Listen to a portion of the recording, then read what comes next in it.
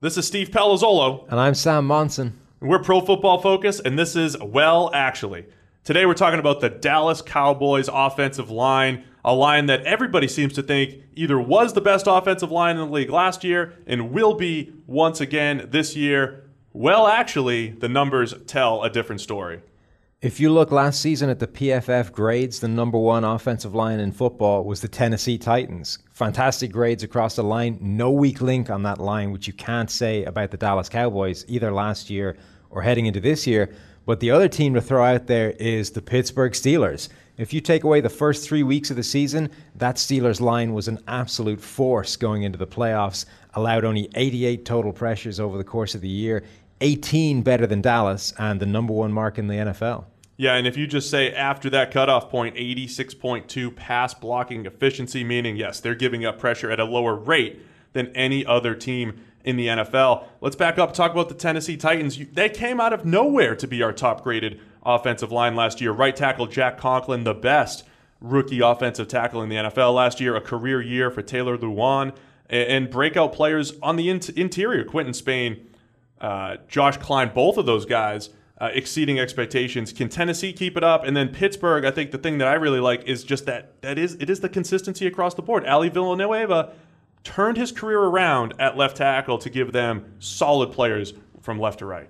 Tennessee was a big shock last year. I think the style of football they play really helps that line. They're now a power running football team the way nobody else in the league really is good at the at moment. it. Really good. And it plays to all of their strength. So if anything is going to keep them high, it's that style of play. But you would expect some kind of regression from at least a couple of guys on that offensive line and maybe expect them to fall back a little bit. Two more offensive lines that have to be in the mix, the Green Bay Packers and the Oakland Raiders. If you look at the Packers, the entire season last year, they were number one in pass blocking efficiency, 84.8. And that's with Aaron Rodgers at quarterback, a guy who holds the ball over 3 seconds per snap. That's one of the longest times in the NFL, meaning he's putting a ton of pressure on that offensive line to keep him clean. And then Oakland only allowed 8 sacks all last season. Their pass blocking efficiency was number 2, just behind Green Bay, 84.7. Both numbers as part of PFF Edge. What do you think of Oakland and Green Bay maybe being in the mix and perhaps even better than the Dallas Cowboys? And let's go back and talk about those Cowboys. You know, they're still one of the best offensive lines in the league, but is it too top-heavy? A lot of times it's all about your weakest link in the NFL if you're talking about giving up pressure, missing that one block that's going to break down a run.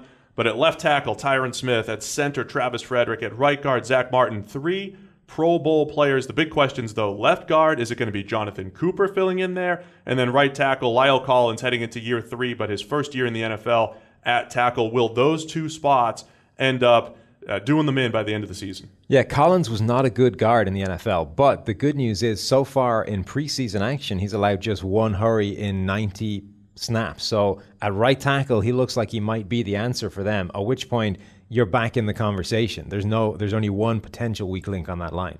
3 Pro Bowlers on the Dallas offensive line. It's going to come down to the 2 question marks as far as whether or not they're going to be the best offensive line in the NFL this season.